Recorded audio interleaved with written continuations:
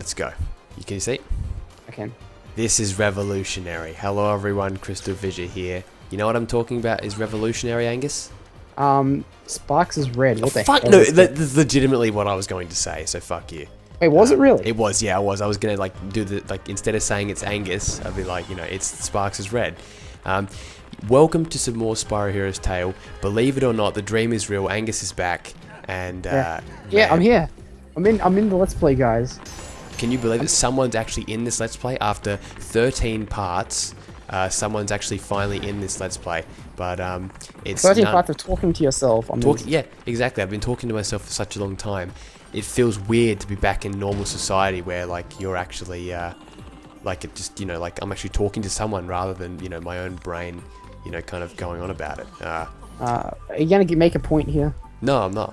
Hey Phil, Brooks. It's Dr. Phil. Well, look, he's got glasses. He's a businessman. He's wearing a business suit. I don't go crazy. Dr. Phil doesn't wear glasses. He doesn't? I'm pretty sure I've seen him wear glasses. I don't think he Okay. wears Now, this task here is a pain in the ass. oh, hold on a sec. Hold on. This level is significant for I'm a speedrunner because we used a screenshot of this level for the IES 6 leaderboards. Did you? What level? This level. What? I mean, what bit? Sorry. The house, the gingerbread house, or whatever it is. Oh, really? Yeah. That's random. It's random factoid. IS6. Okay. Yeah. It's just really weird. Okay. Now, okay, wait. This is. I'm not even going to be able to even discuss anything properly because this part of the level is just a real fucking shit house. Honestly, I hate this searching for things or whatever they are. There's 5, yeah. and where's the 6th one? Great, I fucking lost it. Oh, here we go. Wait, no. Oh, good. Sorry. Basically, tearing a page out of Enter the Dragonfly there by having to flame things to get a thing to do a thing. Yeah. So let's get finally. After 13 parts, let's hear what someone else thinks about A Hero's Tale. Go, Angus. You're getting an open mic. The floor is mine. So I basically, following on from my thoughts of Spyro Enter the Dragonfly, about how that game was the wrong time to play it safe, and they should have done something sort of different with that. I sort of think this game is the wrong time to not play it safe, and I feel like this game is trying too much. It's throwing too much at the wall, I think, and not enough of it sticks, in my opinion. Okay, and so what are key things that you don't like about what they go for? First of all, the massive one is the reversing of the controls. Yeah, that's just dumb. That's just the dumbest thing. Circle charge now and squares flame. Again, there's no argument to that. It's taking away most of the platforming elements that made Spyro famous and making it more of a slower kind of game. More of a climber rather than a platform. Yeah, more of a. Exactly. Someone actually brought that up. There's actually, if you notice the way the levels are designed, it's way more based on having to jump up things rather than glide. Because the gliding system, see how it's very ascending. You see how it's very. It doesn't work right. The X and the X again thing doesn't, because he goes up and then he goes up. He does. It's not as like in Spyro 2, for instance. So, Hunter's Challenge, where you have to get that orb in the first home world. Remember how easy that was just to a square X triangle sort of thing to do a hover? Yeah. It's so much slower in this game. I just feel like they've gone from strict platforming to more of this open world adventure game, which I don't think suits Spyro as well as it suits Crash. Right, I see what you mean. Because Spyro is more the brilliance about the earlier Spyro games was the platforming. It was such a great platformer. It was so much. It was fun actually to jump around those levels and stuff. Where here they've made it slower. They've made it more MacGuffin based, where you have to go around collecting more than all this shit. And they thought, you know what? Remember in Spyro 3 where you had the ice breath, right? Remember in Spyro Enter the Dragonfly where you had all those other breaths? Let's just make this game totally based around the breath system. And let's give him these projectiles he can spit out and all that kind of stuff. They just threw too much at this game. There's too much going on, and it doesn't feel like. One thing that I think they could have done that would have addressed this more is I think they still could have had exploration like this, but they needed to have more levels. You know what I mean? The thing is, there's only I think there's only it's a very short 13. game. Yeah, there's only 3 levels per world, right? And see, the problem with that is that you can have these type of levels. Right now, what I'm seeing right now, I have no problem with this gameplay mechanic. I honestly don't have a problem. I don't know. Okay, I do have a problem with that because I did that for no reason. That looks shit. Yeah. And now it's frozen. But the fact of the matter is that there's only, I'm pretty sure there's only, I think there's only like 14 or 15 levels. Oh, Sparks is gold again, by the way. Oh yeah, finally, he's golden. I do like that wall jump. I think that wall jump mechanic is really fun, actually. No, it is fun, you're right. And also you notice that if you don't do it, you'll fall, see? Yeah, that's something I remember quite liking. Additionally, I think this game looks gorgeous. Yes. I think this game looks absolutely stunning. Yeah. And is the best looking game of the franchise, if you ask me. Think about how far, I'm just thinking, think about how far Eurocom came. Think about that. Oh, 'cause definitely. This is a Crash Eurocom Bash game. to this. Seriously. It's pretty brilliant, yeah. Really. In the space of, this came out in 04, didn't it? I think it was 04, yeah. Yeah, so in the space of 4 years, they went from, of course, the PS2 was out, obviously. So, I did get this game for, I believe it was either my birthday or Christmas 2004. If I'm not mistaken. Yeah, me too. I got it for Christmas too. I can't remember if it, because I think my birthday's around Christmas anyway. I remember. So. Now, do you remember? You know what was a great thing about this game? It's really random. I didn't bring it up, but the artwork of this, the cover art of this game is fucking phenomenal. It's actually probably one of the best things in the whole series, if you ask me. And it was actually designed by someone who I'm pretty sure was the one who worked on like Star Wars or Indiana Jones artwork or something like that. Like he was some quite renowned.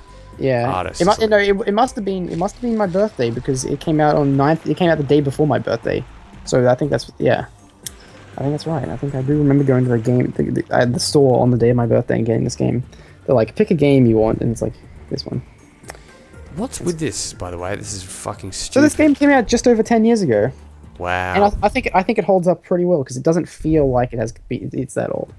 No, it doesn't. Graphically, I think it's perfectly competent.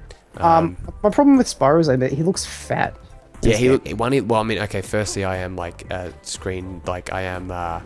playing it with, like widescreen hack not on, you know what I mean? So he is fatter because I've stretched him.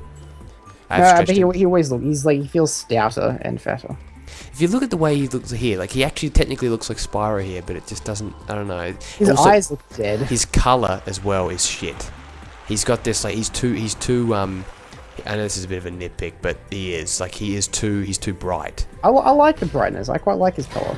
I prefer the more like kind of more darker Spyro. You know what I mean? Like not referring to the forum.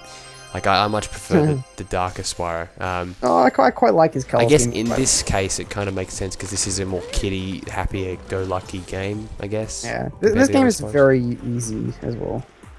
Yeah, the last world I would say is a bit more difficult, but yeah, you're right for the most part. Oh yeah, when I was even I was 10 years old when I got this game. I breezed through the first home world in my first sitting of this game. Now, did you 100% it though? Because that's where this game is actually difficult. I didn't 100% it, no, but I did find it was pretty easy. And I really didn't touch this game much after 2005. I was very much, and I got this game on the GameCube as well, by the way. I should preface that. So, betraying myself. Yeah, oh, God. No, it's so good. It's on the GameCube. Yeah, I don't know. I think it's pretty much the same game. I'm pretty sure. I think. Yeah. No, I should mention this. The guy Drew Struzan is the one who did the artwork for the cover of this. And now, what's he from? He I recall. I'm gonna look this up, by the way, because I forget. Yep. Yeah, he did a lot of albums, like records and stuff. Okay, right. Like he did the Harry Potter artwork as well. Oh, okay. There we go. So that's kind of a good acquisition, which is funny because Eurocom did a game of a Harry Potter game. He also did the original Star Wars, Star Wars episodes 1, 2, and 3. He did those artworks as well. That's it. That's what I was thinking. Yeah. Yeah. No, he did. And Back to the Future, and he was the Indiana Jones guy as well. Yeah, that's what I was saying. Yeah. Perfect. Great. So what a legend. You can kind of see the artwork from that. Is very similar. Yes, you can. I mean, obviously not the game, but the cover for the thing. I hate those fireball things. By the way, I don't like those. Yeah, I don't really like them either. They're pretty useless, and they just feel slower. I'm trying to think. I'm always looking at this map because I want to know where to go. Okay, down here. So look at this glide. See how much more of a descending glide it is. It's not much of a you can't get anywhere with it. You definitely can't do anything that involves actually. No, you have to be going from a higher platform to a lower platform with it. Basically, yeah. There's absolutely no room for, oh fuck, okay, that's all good. For error. For error, yeah. Okay, what am I looking for? And the thing about this game is it never appealed to me as one of those, I'm just going to replay this type of games. Yeah, you reckon? I suppose in like the last 5 or the last 10 years, I've probably only picked up this game and played it after I played it initially, maybe 2 or 3 times. Right, okay. It didn't have that kind of appeal to me of like, because it didn't seem like fun. It seemed more of like a, just do it, just get it over with type of game. Right, okay. Because, and I guess because having so few levels kind of makes you not, like your attention span's a little bit more like, we'll just do it now. And the thing is, I've known you for like 4 or 5 years now, 4 years, over 4 years, and we've never discussed this game. Yeah, that's true. Only in passing discussions in other LPs, like what could have been in the Spyro series. We never really specifically discussed this game.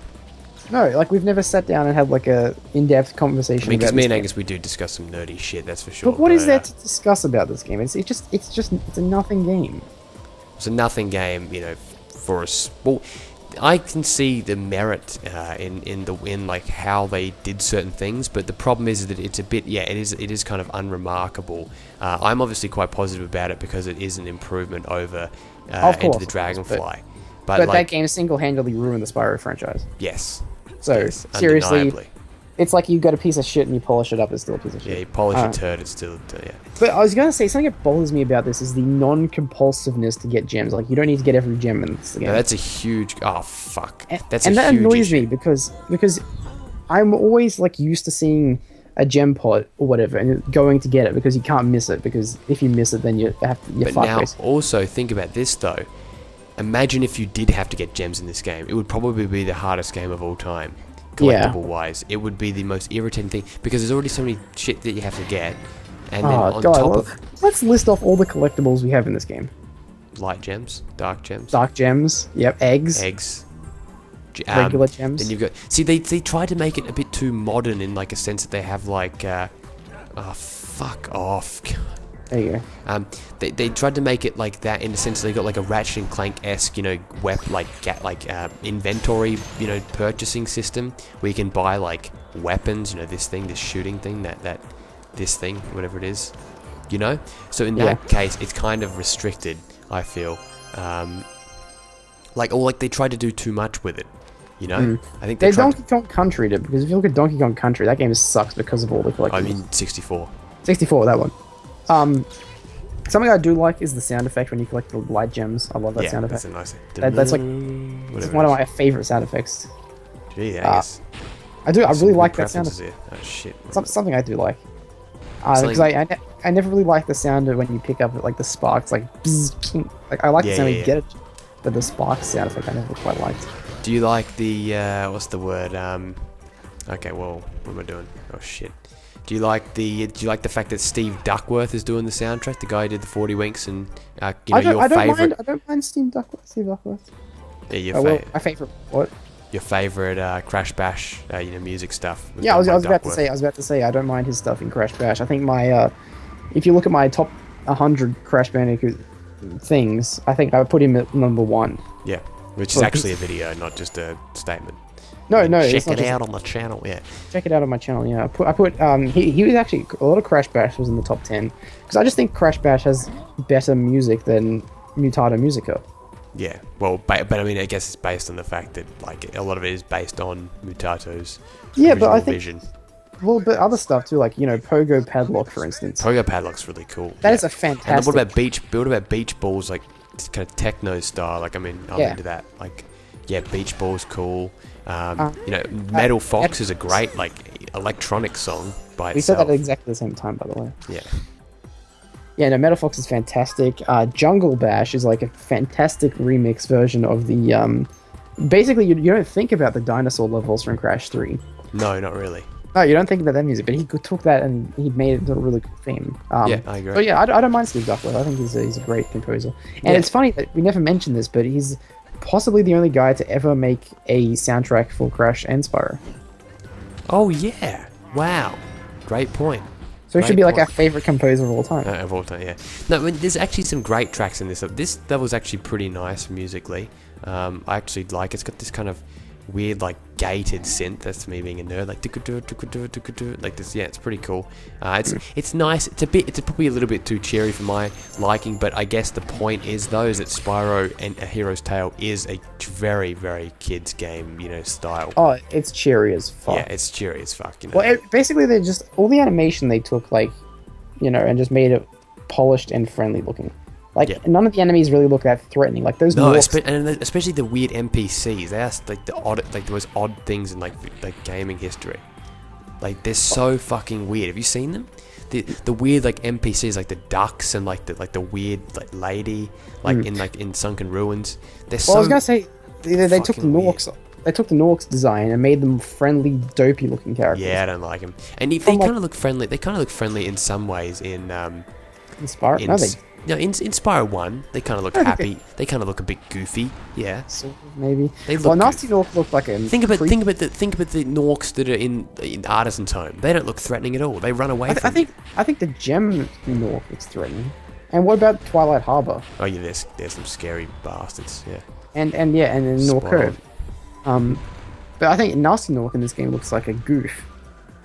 Yeah, he's a fucking disgrace. Yeah, he's like he's been buried just like Entropy's been buried in Crash Wrath of Cortex. Am I right? Yeah, no, you're right. And the thing you saw at the end of Spyro 3. Fuck, I want to get my words out. Nasty Ripto and Nasty Nork talking about the Spyro problem. Mm-hmm. And you get a game with Ripto, and he's very let downy. Get a game that has Nasty Nork and he lets it down. Think about what it would have been if they did have Nasty Nork and Ripto teaming up in the original vision for Enter the Dragonfly. It's the greatest as thing simple ever. as that. The simple difference in like basically having Ripto and Nasty Nork would have changed the series for the better. That would have made me like put maybe that game up a couple points in my even if it still had the same rushed issue. Seeing two villains team up that isn't like Red. Red's just Red's actually not too bad. Actually, Red is a decent villain in this series. If you watch the cutscenes, his voice actor's awesome, and he's actually kind of an interesting character. But the thing is that it's Red and Nasty Nork being treated as basically the way Nasty Nork treated the minions. Nasty Nork has no sway in this, and I feel like limiting Nasty Nork to this minor, easy boss character, like the very first boss, sort of spits in the face of Spyro 1 in a bit. Yeah, even though I think they were trying to do it as an homage, but it just kind of doesn't seem like that way at all, really. It doesn't. It makes him seem like a useless goof, basically. I mean, he was easy in Spyro 1, of course, but in Spyro 1 it was more of the build-up to fighting him, because pretty much all these characters, talking, Nasty Nork, gotta defeat Nasty Nork, gotta fight Nasty Nork.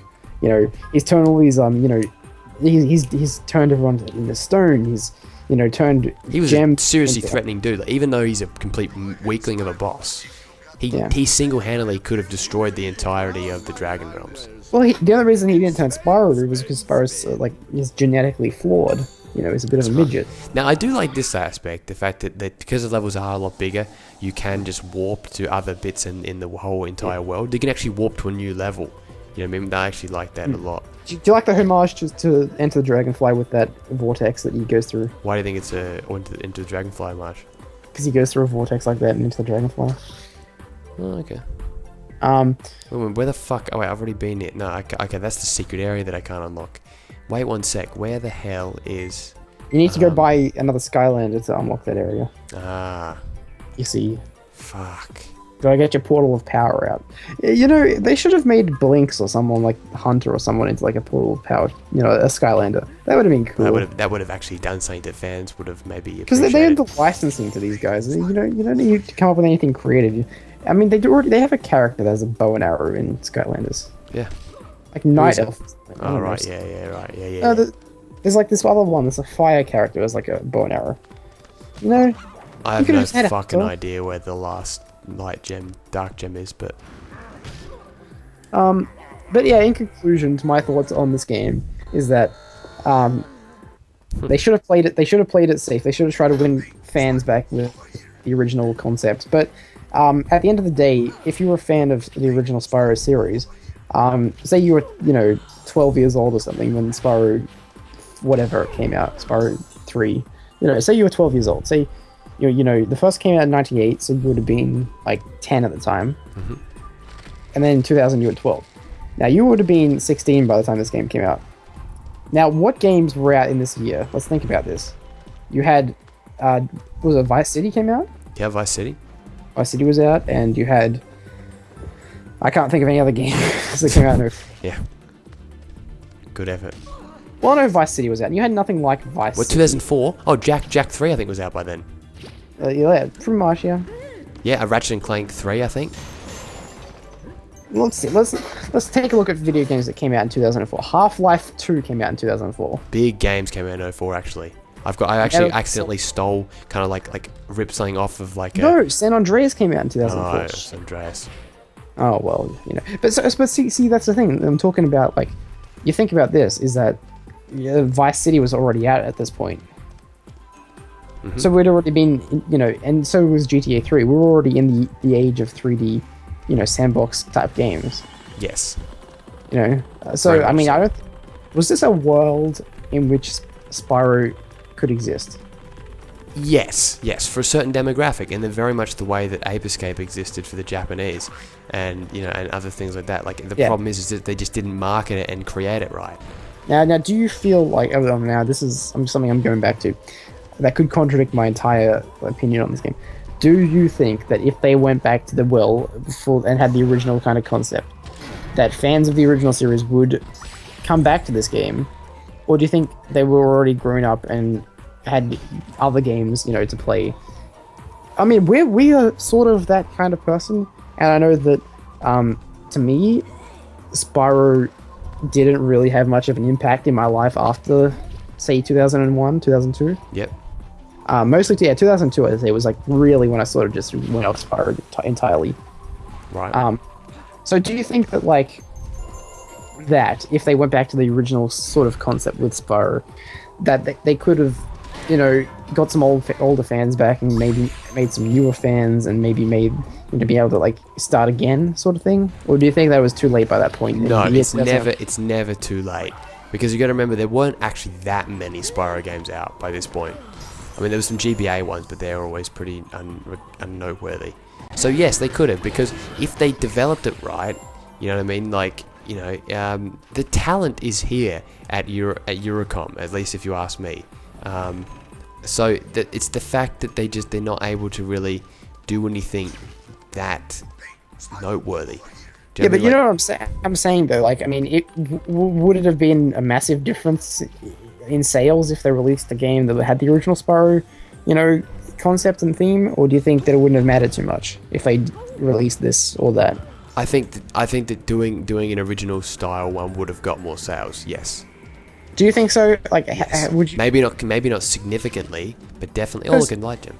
You could show me a trailer of this game, and if you showed just the right amount of footage and the right amount of things, then you could convince me that this had exactly the same gameplay as the original. Yeah, I think so. I just don't know if it... I think it's more of like a retrospective thing, that this game sort of feels like it fails because it didn't have the original sort of look and style and that kind of thing. But I will say the glide is just horrible, and Hunter isn't actually that fun to play as. I don't mind Hunter. Okay, I was trying to shoot that thing there. See, I was trying to shoot that target. See, there's a target there.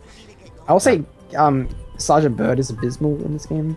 See, that's funny. I actually don't mind that either. I don't know, maybe I'm like really drinking the Into the Dragon, Hero's Tale Kool-Aid, but like I actually don't mind, just because they are like their own level again, I guess, like kind of like a Speedway. I mean, they're not nowhere near as fun as the Spyro ones, but they're bearable if you know what to do. Yeah, I guess they're better than they are in Spyro. When was the last time you played this? Probably 2010. Okay. No, 2000. Yeah, 2010. Alright, I'd say give it a go in the next while or something like that. See what you think. See if you've, like, because I was a bit like that, like where I was a bit like, all this shit pissed me off. I will say Blink pisses me off a whole heap. Oh, I hate him so much. Yeah, Blink's a little wanker. But then when I did this Let's Play, I definitely am feeling it a lot more than I did last time, I guess. Yeah, maybe. This game is just, it never really ingrained itself into any kind of fan bases, like, I've never met a single person who says this is like one of their favorite Spyro games. No, I don't know anyone either. see, the problem is it's caught between the Legend of Spyro and it's caught between the original series. And like, there are fans of the Legend of Spyro, and there are fans of the original series, but there's no one who's, because this game is sort of, there's not another game like this game. That's true. Where the fuck is the last one? Sorry, I'm just really pissed off about this because I can't find it. This guy's you know where I reckon it is? Yep. It's around here. Like, if you think about it, like, there is no other game like this in the franchise. No, you're right. This is completely standalone, and in some ways, to be honest, I do appreciate what they were going for, but like in other ways, it just comes across as a bit too much. And I'll say this: it stands out. It doesn't stand out as bad, and it doesn't stand out as good. It just is there. Okay, that's fair. That's a fair enough assessment. That's probably the best way to honestly look at this game. And I think what I've just said in the last 15, 20 minutes is probably the most thought I've ever put into this game in my entire life. Well, I'm glad you decided to spend it here, as opposed to doing it when no one's ever going to listen. And that's the thing, is like, it just. And it's probably the only thought I'll put into this game. I don't think I'll ever do a let's play of my own of this game. And I wouldn't. It's actually quite an endeavour. If there's any positive you can say is that at least it does take a bit to 100%. And I mean, I don't know if I'll appear on any more parts of your let's play of this. Yeah, likely not, because I think... Never say never, of course, but I mean, this could possibly be the last possible thought I give to this game, because... It could be. Honestly, I never think about this game. No, fair enough. Honestly, fair enough. It's been perfect timing to say that I have now beaten the level. Not 100%. There's still one more task I got to do, plus the secret 95 light gem door. See, there's an example of some cool callbacks to like having to come back with more collectibles and stuff. That's always good. But yeah, in the next part, oh shit. Thank you for watching. Goodbye.